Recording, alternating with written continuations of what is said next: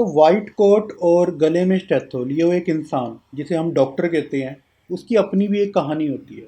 तो उसी कहानी को जानने के लिए हम पहुंचे लुधियाना में प्रो लाइफ हॉस्पिटल में। और हमारे साथ हैं प्रो लाइफ हॉस्पिटल के करता धरता डॉक्टर एच एस जोली। तो सबसे पहले यार आप सभी का स्वागत है हमारे यूट्यूब चैनल अनाउंसमेंट पे, और आप देख रहे हैं अनफिल्टर। डॉक्टर साहब एक चीज़ मुझे बताओ, अगर डॉक्टर एच एस जोली में से डॉक्टर को मैं सेपरेट कर दूं, तो एच एस जोली एक्चुअली में कौन है सर? कुछ नहीं, एच जोली एक आम इंसान है। जिस तरह बाकी लोग हैं वैसे हम हैं। ओके। नहीं, एक होता है ना, एक हवा सा बना होता है, डॉक्टर है तो बचपन से हमें डराना शुरू कर देते हैं, डॉक्टर के पास जाना है, सुई लगनी है। और बाद में हम एज ए पेशेंट भी आते हैं तो हमारे लिए होता है एक फिगर है, गॉड फिगर है। यानी इनकी तो अपनी लाइफ यानी बिल्कुल ही वैसी सिंपल होती है, सिंपल बातें सिंपल वो। तो क्या असल में जो एक डॉक्टर की लाइफ है उतनी ही ज़्यादा सिंपल है जैसी कि हमें दिख रही होती है? बिल्कुल, डॉक्टर तो एक प्रोफेशन है। हाँ, उस प्रोफेशन में काफ़ी सारे इमोशन जुड़े हुए हैं, लोगों के साथ अटैचमेंट होती है और अफेक्शन हो जाती है। बट डिस्पाइट दैट जितने भी डॉक्टर, उनकी एक पर्सनल लाइफ होती है। वो भी एक सोशल इंटरेक्शन के साथ जीना चाहते हैं। उनकी फैमिलीज होती हैं, दोस्त होते हैं, फैमिली पेरेंट्स होते हैं। वो भी हर इंसान की तरह ही जी रहे होते हैं। काम को तो काम ही लेना ना। तो सर बचपन में से आपको किसी निकनेम से बुलाते थे घर पे? हाँ, बॉबी बुलाते थे, अभी भी बुलाते हैं। अच्छा, वो भी बुलाते हैं घर पे। हाँ हाँ, बिल्कुल तो सर ये बिल्कुल। बॉबी से डॉक्टर एच एस जोली का सफ़र कैसे शुरू हुआ? ये बहुत लंबी चौड़ी कहानी है, बड़ी मुश्किल है, हार्डशिप से भरी हुई। लाइफ हमेशा रॉक गार्डन ही रही है हमारी, रोज गार्डन कभी नहीं थी। ओके। इट वॉज जस्ट कि हमारी डिटर्मिनेशन, हमारी मदर की स्ट्रॉन्ग विल थी कि हमको उन्होंने कुछ बनाना है, तो she was behind this thing. उनकी इंस्पिरेशन, मोटिवेशन, हमारी पुशिंग, जिसकी वजह से हम इस मुकाम तक पहुँचे, एक लंबी जर्नी को तय करते हुए। हालात बड़े मुश्किल रहे हमारे बचपन के। फादर एक्सपायर हो गए थे जब हम बहुत छोटे थे। But my mother was very determent lady. उनकी वजह से हम यहाँ तक पहुँच पाए। पर एज ए सर बॉबी शुरू में ऐसे बनना कि हाँ मुझे डॉक्टर ही बनना है काफ़ी इजी नहीं है, क्योंकि एक तो पंजाब, ऊपर से पंजाब का जो एक कल्चर रहता है कि अब्रॉड ही जाना है मुझे, या फिर सिंगर बन जाना, थोड़ी आवाज़ अच्छी है तो उसके बीच में अपने आप को किताबों में डाल के एक डॉक्टर बनना, इट्स नॉट ए ईजी। तो वो कैसे सर अपने आप को बॉबी ने कन्वर्ट किया उस चीज़ को? देखिए, हर आदमी चाहता है कि उसकी लाइफ इजी हो, एंजॉयबल हो, मौज मस्ती करे, गाए खाए पिए मौज करे। सही कह रहे हो सर। तो वो हमारा भी मन करता है। बट जब आप देखते हो कि आपके पास इसके बाद क्या ऑप्शन है, अपने मौज मस्ती कर ली, डांस वांस कर ली, जो भी करना कर लिया, but how to live life after 20 25 30 के बाद? ये ज़िंदगी कंटिन्यू नहीं रख सकते आप। आपको कुछ सब्सटैंशियल वर्क चाहिए जिसके कारण आप ज़िंदगी जी सको। ओके। आपकी एक इंक्लिनेशन होनी चाहिए कि अगर वो नहीं होगा तो how I will live my life. सिर्फ ज़िंदगी जीना इम्पोर्टेंट नहीं है, ज़िंदगी को सही तरह जीना इम्पोर्टेंट है। तो सर आपकी मदर बेसिकली क्या डॉक्टर ही थे? नहीं, शी वह सिंपल एक क्लर्क थे। ओके। तो बहुत यानी इंस्पायरिंग स्टोरी है, काफ़ी जो लोग देख भी रहे हैं कि ऐसा नहीं है कि डॉक्टर की फैमिली से ही डॉक्टर आएगा, हम्म। बाकी लोग भी बन सकते हो। मगर ये मिथ से ही थोड़ा फैला हुआ है कि बहुत खर्चा होता है, पॉसिबल ही नहीं है किसी मिडिल क्लास फैमिली वाले को डॉक्टर बनना। देखो, लोग सुनी सुनाई बातें रखते हैं कि पैसा लगेगा इसलिए डॉक्टर बनना है। अरे आप करना तो शुरू करो, बिना करे कैसा होगा? बहुत सारे गवर्नमेंट कॉलेज हैं जहाँ पे फीस ही नहीं है। ओके। इट्स फ्री क्योंकि ऑलमोस्ट। हमारे दिमाग में यही रहता है कि लाखों का डोनेशन कम से कम चलना ही चलना है, उसके बिना तो होना ही नहीं है। ऐसा नहीं है, देखो आप हर चीज़ को डोनेशन से लेते हो, इस तरह तो कोई डॉक्टर बनेगा ही नहीं। डेफिनेटली। तो डोनेशन वाली सीटें, वो तो आजकल जिसके पास पैसा है वो तो कुछ भी कर सकता है। बट डॉक्टरी सिर्फ पैसे से नहीं बना बना सकते आप, वो डॉक्टर नहीं चल पाएंगे। तो सर। डॉक्टरी एक प्रोफेशन के साथ साथ एक सर्विस भी है, एक आई थिंक नेशन की उधारी भी है, कि जो हमने वापस भी करनी है। कि आप, पैसे की एक लिमिट है, कितना पैसा कमा लोगे आप? 1 लाख, 2 लाख, 3 लाख, 5 लाख, करोगे क्या? सही है। इन्वेस्टमेंट्स। इन्वेस्टमेंट्स ही एक है। प्लाट, 2 प्लाट, 4 प्लाट, उसका क्या करोगे? फिर ये से भी है। लेके और लोगे, then you will die till. Sir बीच में टोक रहा हूँ आपको, अभी ना बात करते करते मेरे दिमाग में एक चीज़ आ रहा है आई। एक मिडिल क्लास फैमिली का लड़का वो भी डॉक्टर बन जाता है, वहाँ तक ठीक है सर। वहाँ के बाद ये प्रो लाइफ हॉस्पिटल तक का सफ़र कैसे हो गया सर?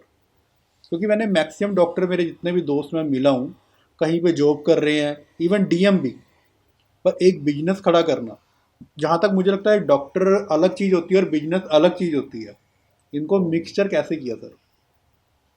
देखो, मिक्सर किया नहीं। जब आप एक लेवल पार कर जाते हो अपने वर्क में, तो आपको कहीं ना कहीं आता है कि आई नीड सम लिबर्टी,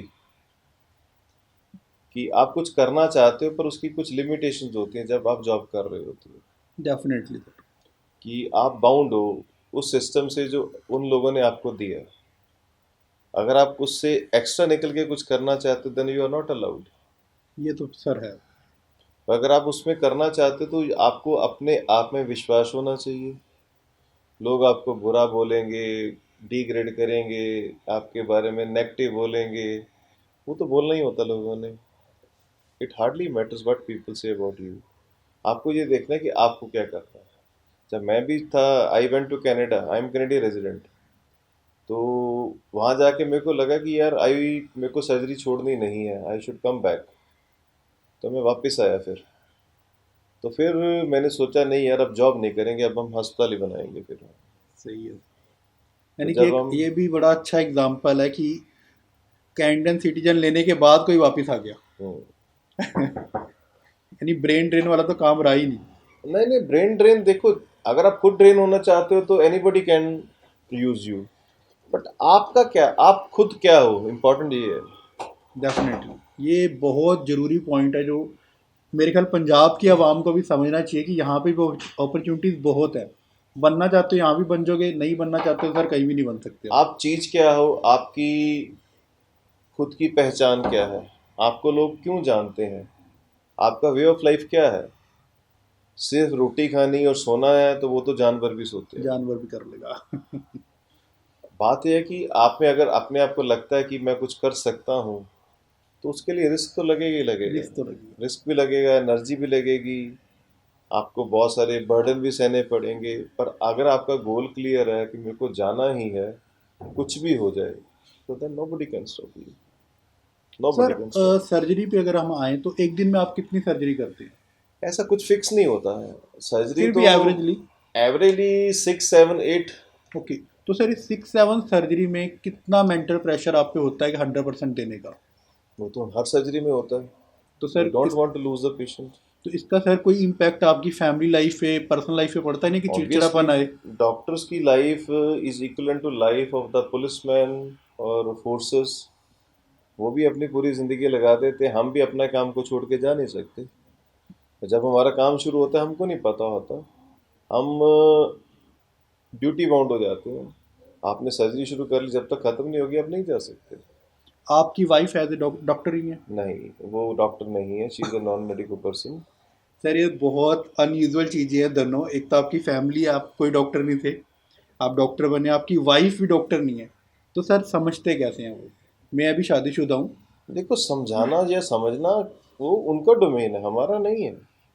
क्योंकि सर हम उसमें सब भी सर लोगों को उतनी नहीं समझा तपस्या है। सकते। आप देखो, you have come alone, you will go alone. Definitely. Simple सी बात है। अगर आप इन्हीं चक्करों में रह जाएंगे then you can't do the work. ये बहुत बड़ी प्रॉब्लम है। कोई कहते हैं ना प्रॉब्लम डॉक्टर नहीं की है, वाइफ ही हमने डॉक्टर को प्रॉब्लम समझती बनाई है। हुई है। We try to justify the things unnecessarily. कि why to justify the things? Definitely. If they are not understanding the things, then I think this or that marriage is not, I think, livable. इस तरह तो देश चल ही नहीं सकता कि सभी लोग सुबह 9 बजे 5 बजे घर पे पहुंच जाए, तो देश कौन चलाएगा? चलना ही नहीं तो बिल्कुल। जिन्होंने नाइट ड्यूटी करनी है, जिन्होंने बॉर्डर पे जाना है, जिन्होंने गोलियां खानी है, तो उनकी तो वाइफ होंगी नहीं कभी भी। सारी सारी औरतें जो वाइफ है ना भाई, देख लो और सुन लो, इस चीज़ को समझ लो। नहीं, औरतों का और देखो, जो आप आदमी कोई ना कोई अपने से बाहर निकल के कुछ कर रहा है ना, उसकी फैमिली लाइफ सफ़र होनी तय है। उसका हक, उस पे हक जताना उसकी फैमिली का नहीं है, सोसाइटी का भी है। If definitely. You can think after your limits और आउट ऑफ योर लिमिट्स ना, then you are not a family man, then you a society man. Definitely society की सर बात निकली है, तो आपको क्या लगता है सोसाइटी डॉक्टर्स की तरफ फेयर है या नहीं? देखो, दोनों तरफ ताली एक हाथ से नहीं बजती। कभी डॉक्टर भी फेयर नहीं होते, कभी सोसाइटी भी फेयर नहीं होती। नहीं, आपका पर्सपेक्टिव क्या है, आप पर्सनल देखो एक्सपीरियंस से मैं लेके? कहना कोई भी चीज़ जनरलाइज नहीं कही जा सकती। कई जगह डॉक्टर भी गलत होते हैं ओके। और कई जगह पेशेंट भी गलत होते हैं। देयर इज नथिंग कि ये कुछ रूल फिक्स है कि लोग ही गलत है या डॉक्टर ही गलत है। सम टाइम डॉक्टर के एंड पे भी प्रॉब्लम हो सकती है, हॉस्पिटल के एंड पे भी प्रॉब्लम हो सकती है और पेशेंट के एंड पे भी प्रॉब्लम हो सकती है। ओके। हाँ, पेशेंट के एंड पे ये जरूर है कि people don't accept the facts. अगर पेशेंट बुरी हालत में आता है या बहुत सिक है, मरने वाला है, तो डॉक्टर कुछ नहीं कर सकता। इवन डॉक्टर खुद भी अगर पेशेंट की जगह तो वो भी सफ़र करेगा ही ना। तो डॉक्टर डेफिनेटली। को हमने भगवान 1 मिनट में बना देते हैं और शैतान भी 1 मिनट में बना देते हैं। This is absolutely wrong. कौन डॉक्टर चाहता है कि उसका पेशेंट आए वो मर जाए? And I can tell you कि 99% डॉक्टर्स की पहली टेंडेंसी होती है उसका पेशेंट ठीक हो जाए। Money comes obviously. Second. Obviously sir, अगर ये फिर भी लोग डॉक्टर को गुनहगार मानते हैं तो वो लोगों की गलती है, लोगों का एक टाइट नज़रिया देखने का।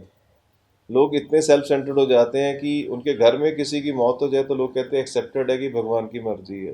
पर अस्पताल में मर जाए, स्टाफ की गलती है, डॉक्टर की गलती है, अस्पताल की गलती है, ये फालतू की बातें ये हैं। बहुत बड़ी हिपोक्रेसी है सोसाइटी में। तो ये ट्रू है सर गलत ये। गलत माइंडसेट है, इसको करेक्ट करना चाहिए। डॉक्टर, हर डॉक्टर चाहता है कि वो फेयर प्रैक्टिस करे, अच्छी तरह काम करे। हाँ, उसको कई बार हक ही नहीं मिल पाते, उसको फ्री हैंड ही नहीं मिल पाता करने का। तो ऑब्वियसली कई कुछ हर प्रोफेशन में लोग होते हैं जो अपने प्रोफेशन के लिए इस तरह नहीं चल रहे होते, सिर्फ मेडिकल में नहीं, हर प्रोफेशन में ही है। हर प्रोफेशन में प्रॉब्लम है। तो सर, अगर एक वर्ड में आपको जवाब देना हो, मैं 3 क्वेश्चन आपसे पूछूंगा। डॉक्टर एच एस ओली के लिए उसका पेशेंट क्या है? पेशेंट सब कुछ है हमारे लिए, patient is everything. And H S ओली के कोलीग उसके लिए क्या है? कोलीग हमारे ज़िंदगी की खुशियों को बांटने के लिए नज़रिया है और ज़रिया है। खुशी और गम बुरे समय के लिए और फ्रीक आउट करने के लिए, बातें करने के लिए वो ज़रूरी है। बहुत डिप्लोमेटिक सा आंसर है। Hmm. Last sir, dream destination? Hell और हेवन। सर, आपसे बात करके सीरियसली बहुत मज़ा आया।